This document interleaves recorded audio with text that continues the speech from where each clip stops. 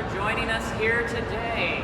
It is my infinite honor and pleasure to be presenting to you today two national ambassadors on the same stage, which is a very rare event. So, just to give you just a little sense before we begin, we have two, and the first one to my far left is Joseph Coelho. And Joseph Coelho is an award-winning performance poet and a playwright and a children's author. He's based in Kent. His debut poetry collection was Werewolf Club Rules, which I love that title. And he has won multiple awards. He has books all over the world. And he is the Waterstones Children's Laureate. So the role of the Waterstones Children's Laureate, it is an influential appointment awarded biannually to a renowned UK writer or illustrator for books for children. It celebrates their exceptional talent and to further the goals of the laureateship through their own unique talents and approaches. And directly to his right is none other than Meg Medina, the 2023 to 2024 National Ambassador for Young People's Literature. Now, Meg is a Cuban-American author who writes for readers of all ages. She's done middle-grade novels like perhaps you have heard of Mercy Swazin's Changes Gears, which got itself a Newbery Medal, amongst other things. She's a New York Times Book Review Notable Children's Book of the Year author, and has many other amazing designations and things on top of that. And of course, she is the National Ambassador for Young People's Literature. The National Ambassador travels nationwide over the course of their 2-year term, showing kids and teens that reading is a vital part of their lives and speaking to parents, teachers, librarians, local booksellers, you name it, everyone invested in young people's literacy about how to connect with kids and teens and help them to love reading. You two, thank you so much for joining us here today.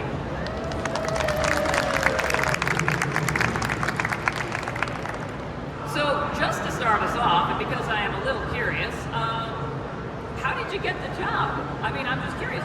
Was it a shock, too? Did you get a phone call one day that suddenly alerted you that you were now suddenly an ambassador for young people's literature? How did this happen for you? Well, a series of about 80 odd organisations around the UK are asked to nominate a children's writer or illustrator, or indeed a lowly poet, to be the Children's Laureate, and then a shortlist is created, and at the point of shortlisting, you get told, and then you're asked, do you want to do it? Are you up for it? And what would you do if you got the gig? So I let them know via a video what I would do if I got the gig, and then this was in November, and I found out in November via a text message. I got a text message saying, can we call you?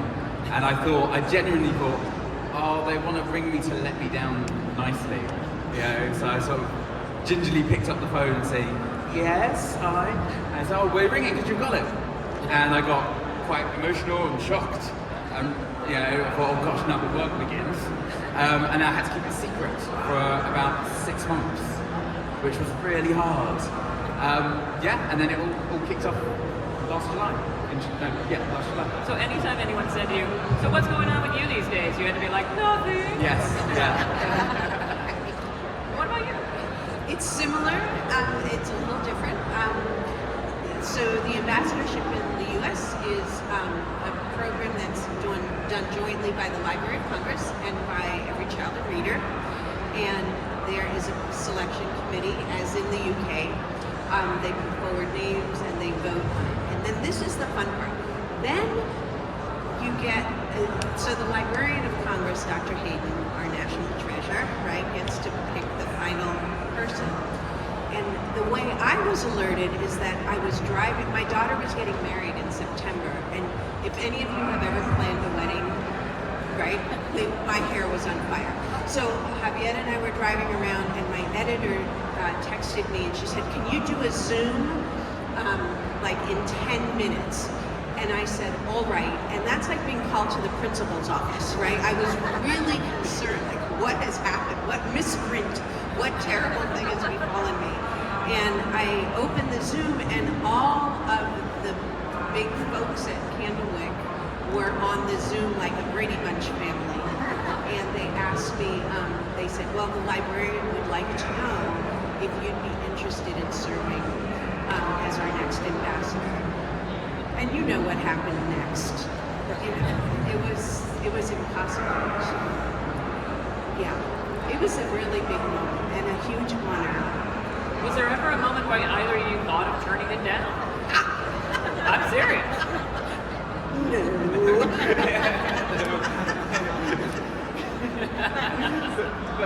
but you did come very aware of how much work is involved, and you want to do a good job, and that responsibility sort of hits you because it's like, oh, it's real now, like, you know, and so that definitely like hit home. But yeah, I was always going to do it. We were talking about this because Jason Reynolds, you came on during Jason's term, and of course I had the privilege of calling Jason because I also had to keep the secret, which was terrible. Because first, I'm terrible at keeping secrets, and secondly, it was just like this huge weight, like I could not speak to anybody or make eye contact even. So Jason said to me, you know, just so you know, it is a huge honor, but it is a lot of work, and so you have to really go into it with that idea. And and you and I were talking about this, like the notion of, for 2 years, like being in utter service to your nation's children, and my desire, at least, to like leave it on the field. Like, I will do everything I can in these 2 years. I expect to be very tired, and then at the end of the 2 years, you won't see me for like 2 or 3 months. I'll be somewhere taking care of myself. Yes, yeah, absolutely. Because I asked Jason for advice because he was, you know, was long in the tooth then, you know, in being the ambassador. And I'd spoken to previous laureates like Michael Morpurgo and Cressida Cow and Chris Riddell, and everyone had sort of said to me, make sure you get your holidays in, book your holidays in, make sure you do that because it's very easy, and I still haven't managed to do that. But when I spoke to Jason, I said, have you got any advice? And he said, burn out, which I thought was brilliant because it's a once-in-a-lifetime opportunity. You know, whilst taking care of yourself, you know, and you know, being kind to yourself, but as you say, leaving everything on the field and saying yes to everything, and doing as much as you can to serve. The other thing is that it's such a national, so like your stuff gets archived, your journey gets archived, what you stood for gets archived, and right now at this particular time in the U.S. with books and controversies and all of the things that you're under, it feels like if you're going to burn out any time, like now is the worthwhile time to do it and to step into it. I'm sorry. Here, we No. can go on. Oh, I love this. No. I don't even want to be here. I just want to hear you two talk. Also, I just love the line you just said. If you're going to burn out, do it now. That's the line of the conference. But you're sort of alluding to this to a certain extent. Like, what does the ambassadorship mean to you? For each ambassador, it's a different journey. You know, Jason famously is the longest running because his happened in the middle of COVID. So he served 3 years rather than 2. So for the two of you, what do you bring to the ambassadorship, and what does it mean to you to be able to fulfill this role?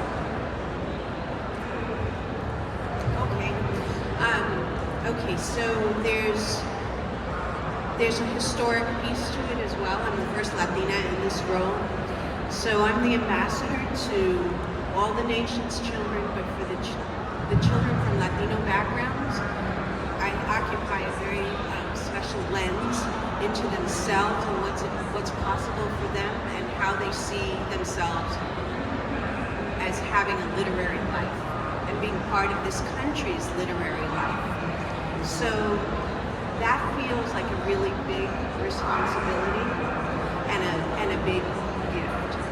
And just like re-engaging, I think, after this time of disconnection and fear and discord, helping kids find their way back to joy and recomposing themselves and their childhood and their experiences with the help of books. And I'm always thinking about that. It's sort of like a work in progress. Like you have the idea of what you want your ambassadorship to be in the beginning, and then as you're moving through it, is this it like for you as well? Like I'm like retooling and always like making adjustments. Yeah, absolutely, because so many requests come in, and there's so many asks for really massive things and really small things as well, and you want to respond to everything and do everything. I think for me, my focus has always been around getting kids to write, and through writing find an appreciation of reading. And what's been wonderful with the Laureateship is having more of a platform to shout about those things, and of course libraries and diversity in publishing and children's literature. I really want to enable every child to see themselves as a writer, as an illustrator, to realise that the doors are open for them to get involved. Because I certainly didn't see that growing up. I didn't know anyone. I came from a working class background. I was the first to go to university in my household. And so the idea of being a writer was so alien until the late great Jean Binter-Breeze visited my school. And I saw someone who looked a bit like me working as a professional poet. And so I'm really keen to give every child, through my work but also through the work of up-and-coming diverse authors, illustrators, and also agents and editors, for them to see themselves and to realise, publishing can be for me too, just like we're doing here. So they ask you, so schools in the UK write you and they make asks, like, because we have like an application period here, and that's how they structure it here. How is it there?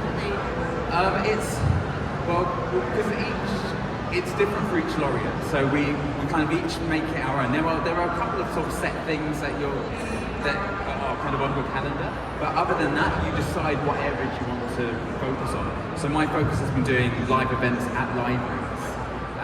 So I'm joining a library in every library authority in the UK, and as of last week, joined 176 libraries.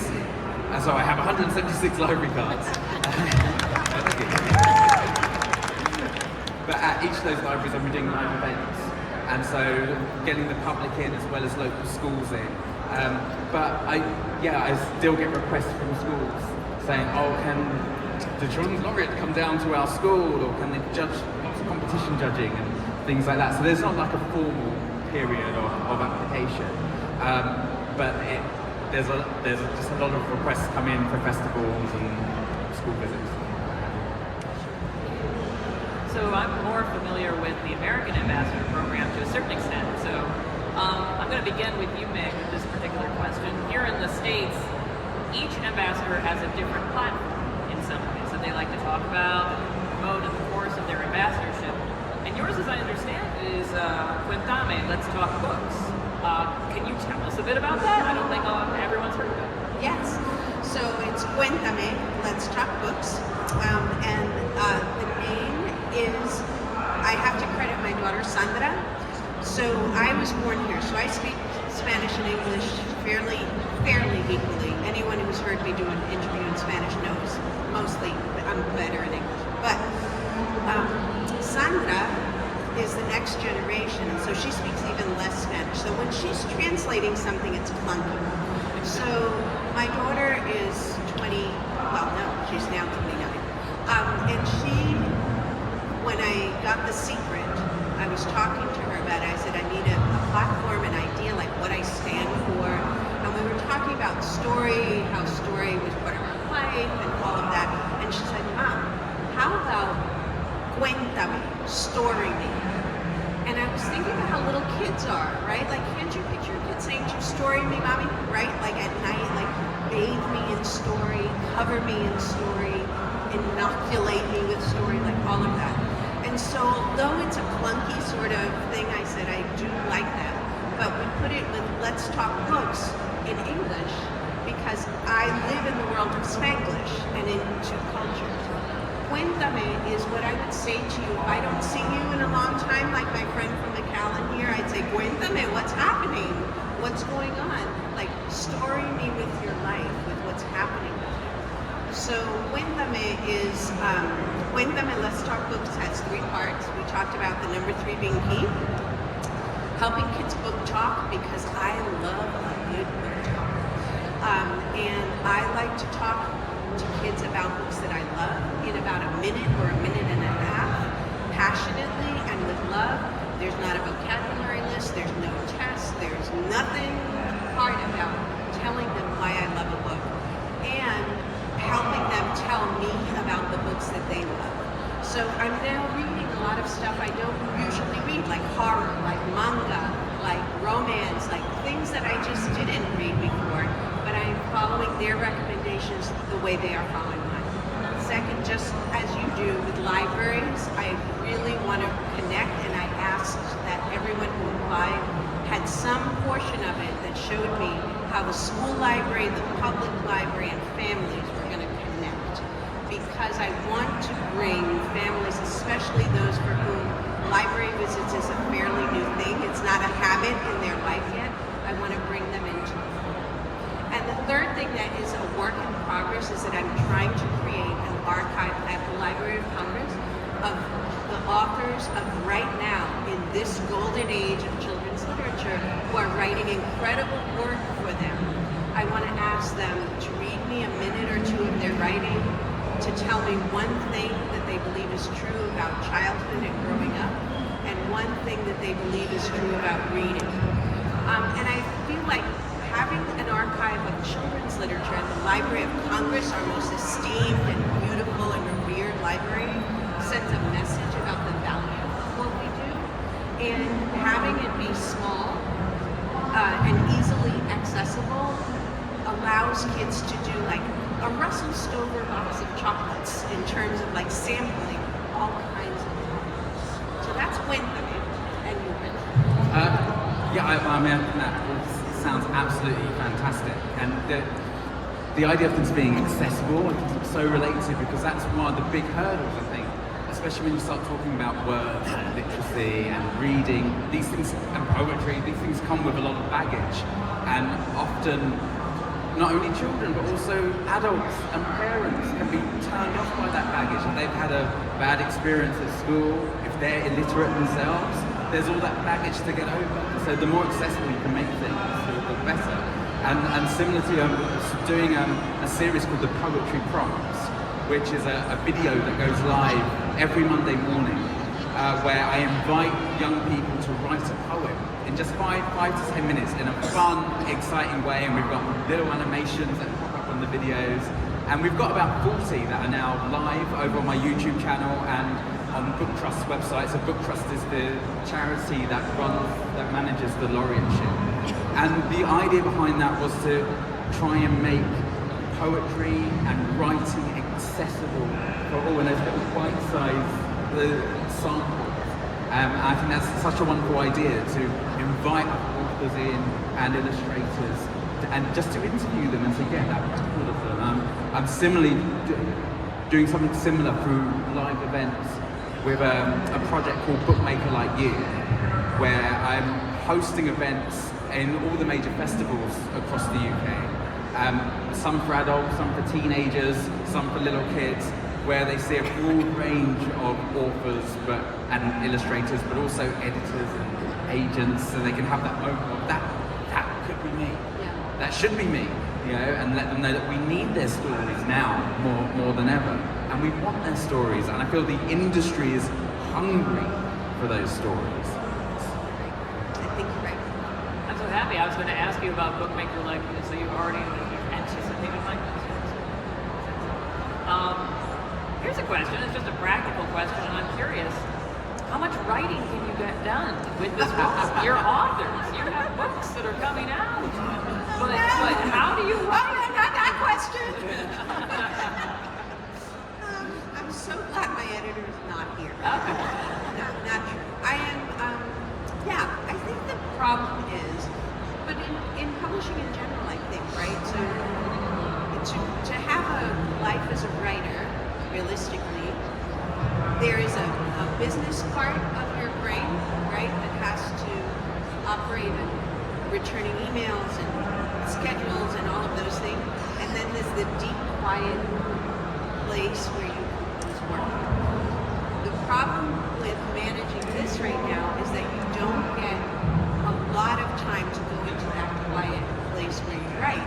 And so it's like, like when you have sort of sleep, when you go to sleep and you know you've been in bed for 8 hours and you've slept okay, but you've awakened a lot and you're not really refreshed in the morning. It's sort of like that in writing. You are writing, you are producing, but every so often you're like, wait, I didn't get to that place where I wanted to get. So that, for me, feels like a challenge. And I don't know, how are you protecting this is when those holidays they were recommending. Yeah, absolutely, because you need time to refill, and to refuel and to take stock, and that has been difficult because there is so much traveling and so many different events and things going on, and headspace, and plus just, I haven't had a proper job for about 20 years, and now I'm doing lots of meetings, and I'm very used to being a freelancer and my time is my own, and now there's like weekly meetings and Zooms and phone calls, which is all wonderful and great, and I'm so grateful for that. It means things happen, but I do miss those moments to wander and to get lost and to take myself away on artist dates, and because exactly like you're describing, I often feel like I haven't had that deep rest that you need, and I feel like all creativity is about allowing time and space for that connection to something greater than yourself, whatever that might mean for you.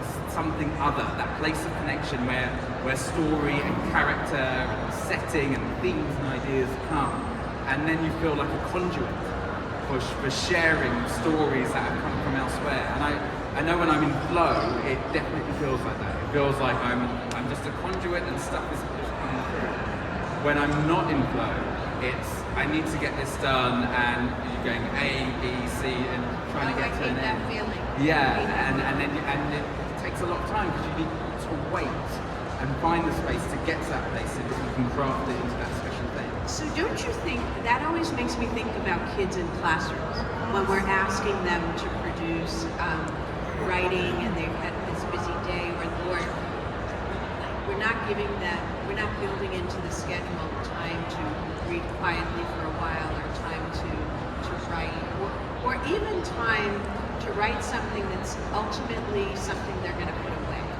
That they're not happy with, they'll come back to it maybe or maybe not. But I was a teacher for many years, and if I could go back in time and do it again, I think that would be one thing I would change. Like this notion that thing of always looking like for the due date and the next thing that was due, like instead sort of allowing them to immerse in the process that I now know is how it happens, which is in a lot of quiet, a lot of like failed attempts and unusual, just surprises that come from quiet with yourself.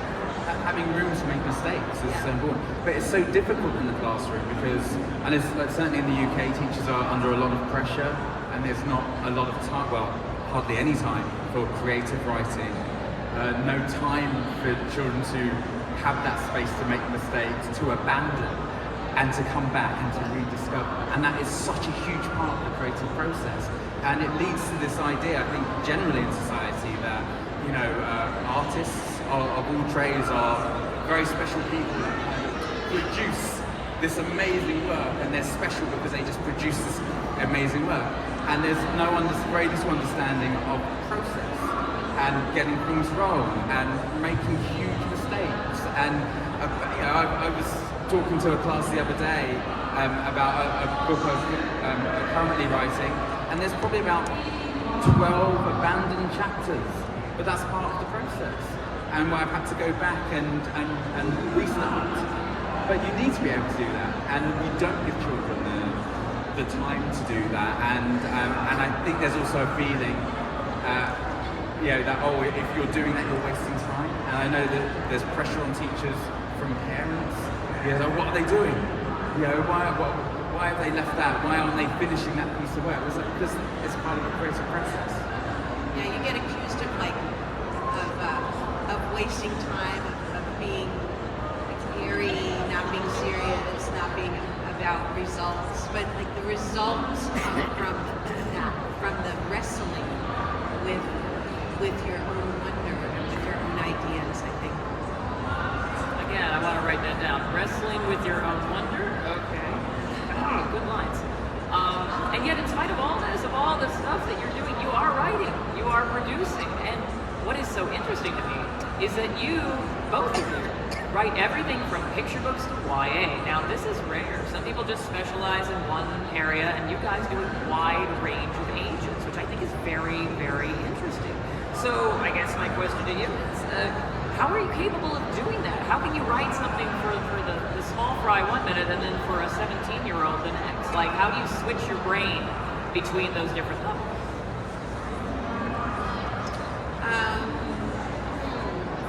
So I think sometimes it takes a minute when I finish one project in for one age group and I'm moving to another. It takes a second to remember myself at that age. But you can do this yourself. So when you're driving home at some point, I want you to think of something simple like an emergency room visit or a hospital stay. And I want you to ask yourself, what would that look like if I'm 5? What will that look like if I'm 12? What does that look like when I'm 17? What does it look like when I'm 82? And just write 2 or 3 sentences at each of those, and you'll hear it. You'll hear it. Because we're aware of things in a different way at all the ages. I don't know, I think it's just staying true to how the child at that moment sees it. And some stories just lend themselves better to one age group than the other, and so that sort of guides me as well. Like the I Used Someone's Car, one of my picture books, would have made a really funny middle grade novel because the woman I based it on, my Aunt Lisa, was the worst driver ever to take the wheel. So it could have been great that way, but I wanted to capture something else in that picture, just like the relationship between them. So I don't know. Some of it is just making the decision of what you want to capture. How do you do that? I've always kind of approached writing just as a craft, and I always think of it as a carpenter analogy. If I was a carpenter, I would be able to put up shelves and put in a door and make a shed.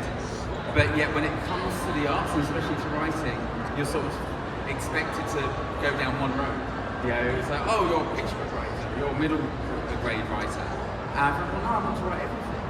And so I've always kind of written lots of different things. I started out writing poetry and doing performance poetry, but then that bled into playwriting, and then I got into publishing, and I still do all of those things. And so different age ranges just felt like a natural progression, and I felt like you can say different things through the different mediums. So I see picture books as incredibly theatrical, and they're the closest I get in writing to creating a piece of performance theatre, because I see each spread as a stage, and it's a real collaboration. You know, in the theatre you've got your set designers and your actors and your musicians, and with a picture book you've got your book designer and your illustrator or illustrators. But then with middle grade you can start to go deeper and you can start to push at the boundaries of things, and then with YA it's like you go even further. And I enjoy that challenge, and I really appreciate doing different things. When I'm writing, I often write with several things up on the screen. Yeah, so I'll have a picture book open, I'll have a middle grade open, I might have a YA idea bubbling away. That's scary to me. But if I get stuck, then it sort of clears my head. So it's like, oh, I was stuck on the picture book, and this happened quite recently. I was spending 6 months on a picture book that just wasn't coming, but I was writing a YA at the same time. So every time I got stuck, I just would do something totally different, dive into the YA, and then something would come to me, and I'd get stuck on the YA, and then I'd switch to the picture. That's amazing.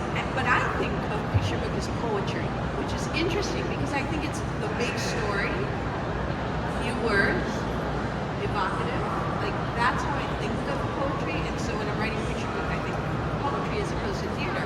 I think of middle grade as theater because middle grade kids are a mess, as you know, they're bananas. And so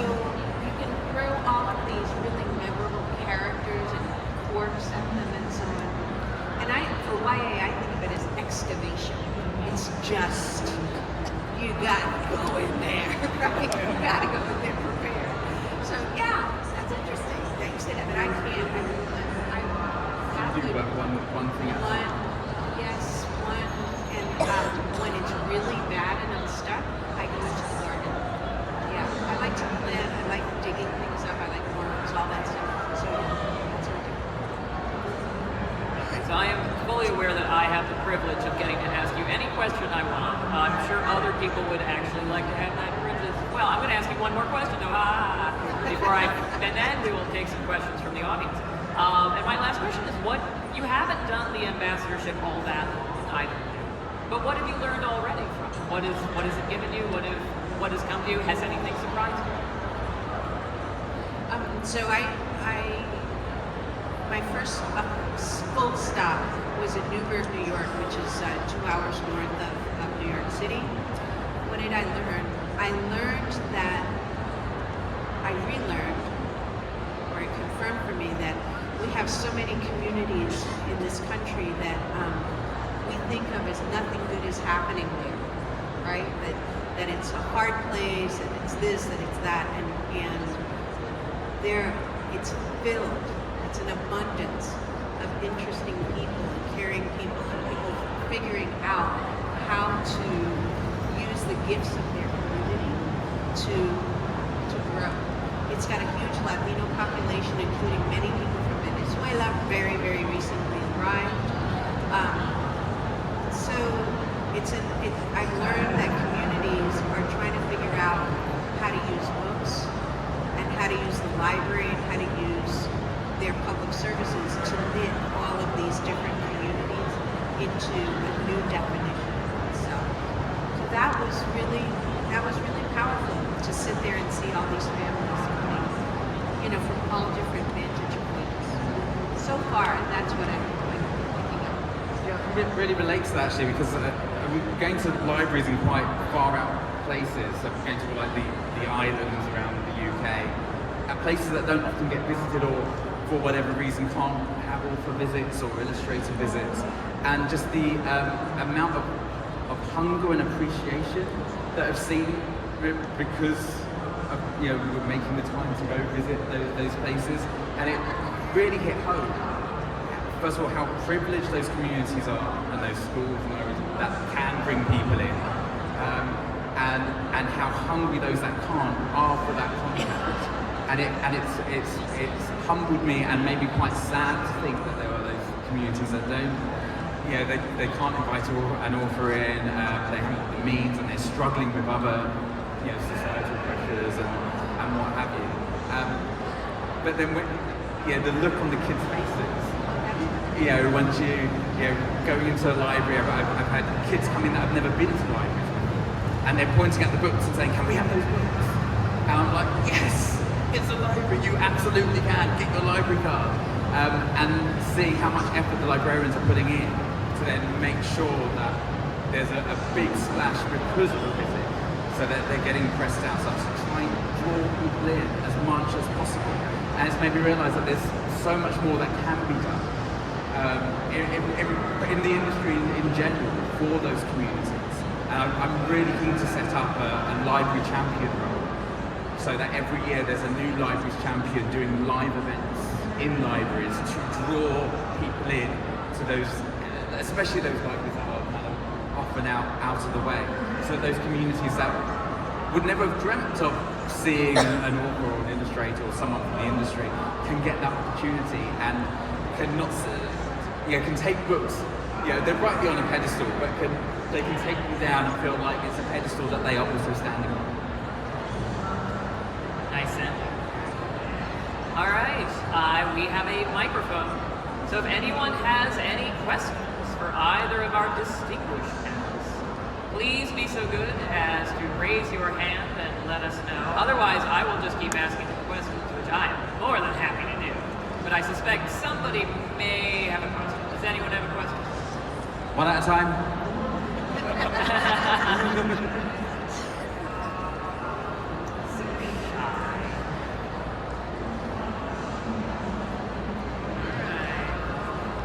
Going once.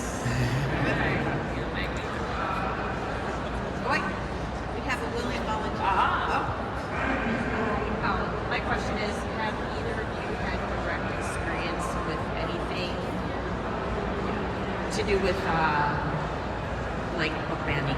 Is that affected you guys?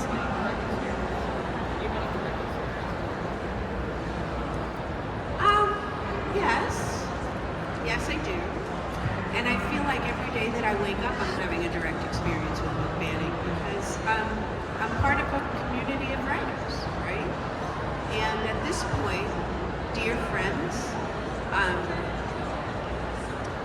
wonderfully gifted people, honest people, are being dragged through the mud. And so I think all of us collectively are trying to figure out how we can use our positions and our voices to help shore up and speak out. Like my own, because my position is at the Library of Congress. Congress is a bipartisan body, right? So my position right now is really trying to appeal to parents nationally to think about this notion of where their power with their children really lies. And my feeling is that the most powerful position we can be in with our children is one of communication. So what I'm advocating for is that they read together, that they create space in their families to have disagreements about books, to see things differently. But read books, but don't ban them. So that's my own take on it right now within the ambassador.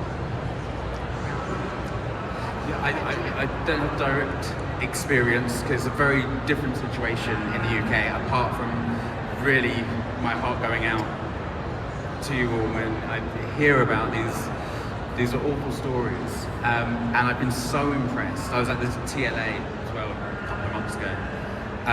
But just by the passion and the determination of librarians and artists in these very difficult times. We have moments in the UK, we're not without our problems, and I feel a lot of that is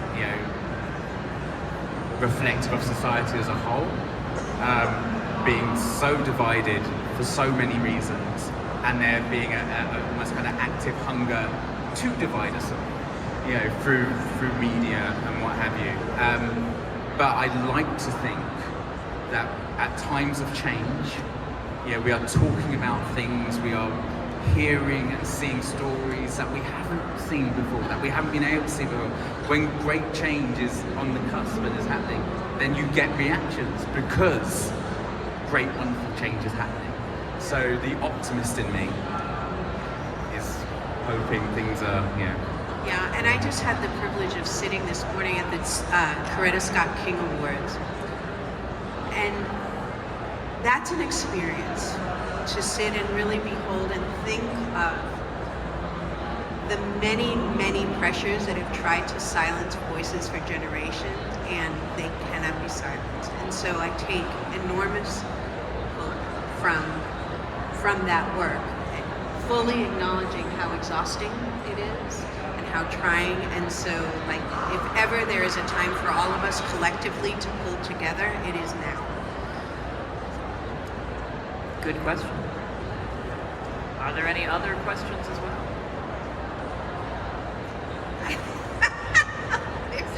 She's like, I think I do. Okay, you can shout.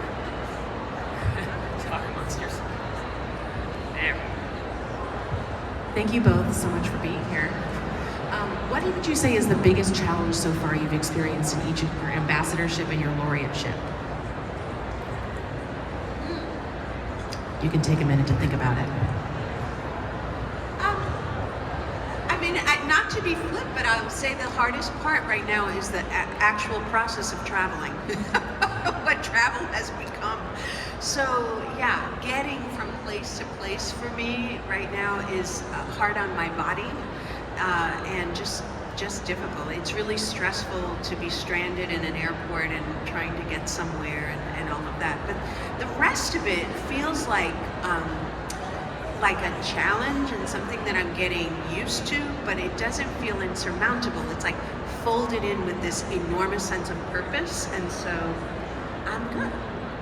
I don't know. Yeah. Or maybe I'm in denial. What do you think? it is a bit like doing a marathon. It's like you're kind of in training, but it's kind of like it's tough, but you're feeling stronger and getting through it each day. I found the hardest thing has been the sort of juggling of wanting to do everything, but of course you can't do everything because there's inevitable clashes, and that's been quite hard. And being very aware, that things come up annually, and so there's a clash between events, and you have to turn one thing down, and then being very aware. Oh, but the first year is gone. I've only got one more chance to do that thing. But wanting to do everything, and since COVID, of course, it's now become, very common for artists to do videos. You're doing a lot of videos, a lot of video requests for various events and things. That's quite tough because everyone wants a 5-minute video for a competition, but a 5-minute video takes half a day. Oh my gosh, yes. And you have to look good to do the video. And I'm mostly tired. So it's like, but I need to dress and look smart and do a video and figure out how to send it on. That's been quite tough. No, you're right. Video production is not for the weak. I mean, it takes a lot of time. I agree. But I do feel like it's an effective way of getting connected with kids quickly and with teachers, and if it's short enough, if it's got the right hook and all of those things. So I don't know. I'm always on the fence. I have a love-hate relationship with videos and with social media. Like I do them often. I complain about them often. I work on them all the time. So I don't know. It's a mixed bag with me. Actually, I did have a question for you on top of all that. Again, you're pretty new in the positions, but do you know at all at this point? Let's just say at this point, do you know what you'll be telling your successor? What will you tell them when they come? Any ideas?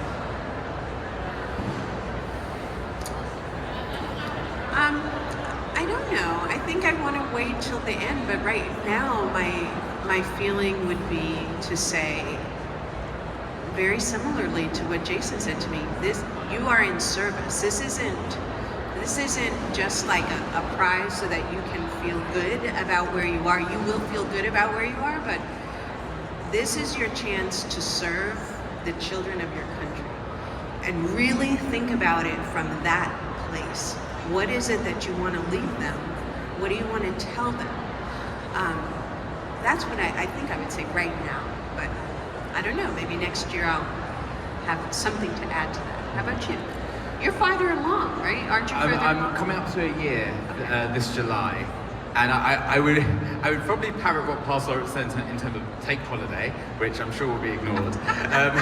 But to be present during it, I think there's so much kind of piles in, and it becomes very easy to just be going from one thing to another to another to another, and to just make sure you take time to sit and be present, because it's such a beautiful experience. I've met so many children and librarians and teachers and parents, and I just really want to honour those moments and to really be present in those moments. And that does get difficult at times when you're then being dragged away to get a flight or to get a plane, and realising what it is that matters. It's those connections that matter, and it's those really simple moments of a child. Like I had a child come up to me in the library the other day. It's cute. I don't have kids, but I have moments of, do I want kids? Because this cute little boy came up to me and he was all nervous and shy, and he'd made a little bookmark, and he wanted to show me a story he'd written, and I was very aware that we've got a train to catch, but it's like that. All of that can wait. This is the thing that matters, having that connection with that child and hopefully inspiring them, hopefully giving them a good time, but ultimately having a moment of connection between two human beings. And so I tell them that, but it might change by the time. You know what I did? I bought I'm terrible about keeping a journal. I'm very unwriterly that way. I start the journal with all the good intentions, and then my grocery list is in it, and then somebody's phone number, and then it's like gone, right? It's ruined.